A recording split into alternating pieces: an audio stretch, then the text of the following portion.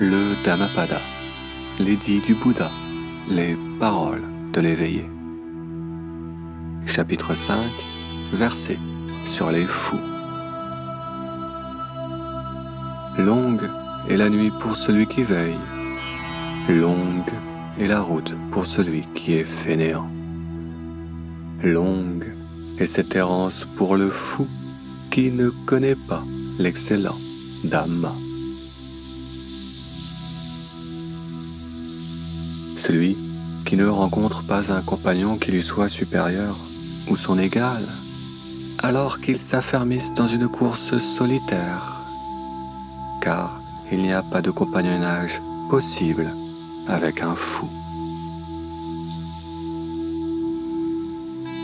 Ils disent « j'ai des fils, j'ai des biens ». Ainsi le fou se tracasse de sa vie. En vérité, il ne s'appartient pas lui-même. Alors, à qui les fils? À qui les biens?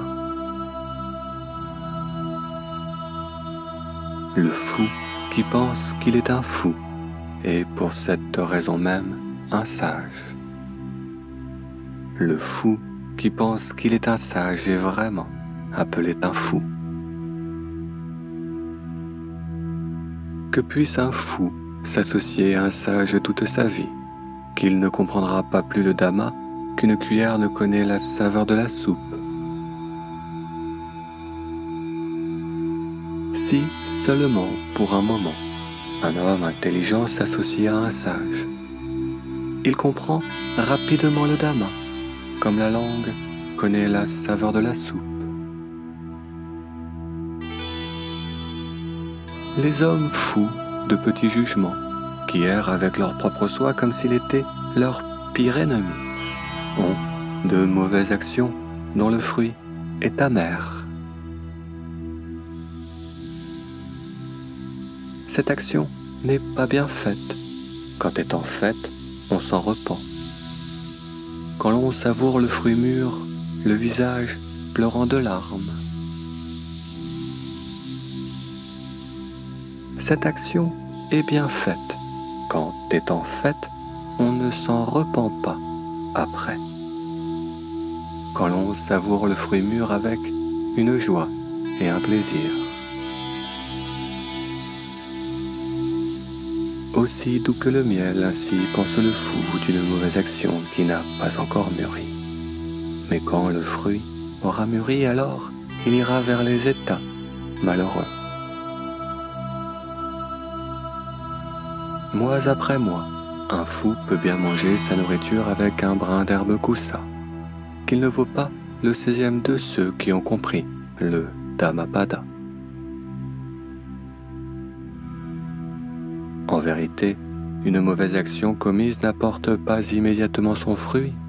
Tel le lait qui caille, il couve en le fou un brasier caché. Le fou vraiment pour sa ruine gagne sa connaissance et sa renommée. Elles détruisent son brillant destin et lui fendent la tête. Le fou désire une réputation indue. Priorité parmi les bhikkhus, autorité dans les résidences, honneur parmi les clans. Que les profanes et les ascètes croient que tout ce qui se fait est fait par moi-même, qu'ils m'obéissent en toute matière, petite ou grande. Telle est la pensée du fou. Son désir et son orgueil augmentent. Sûrement, le chemin qui mène au gain mondain est un, et le chemin qui mène au nirvana est différent. Comprenant ainsi, le bhikkhu, le disciple du Bouddha, ne doit pas se réjouir des faveurs mondaines, mais doit cultiver la retraite.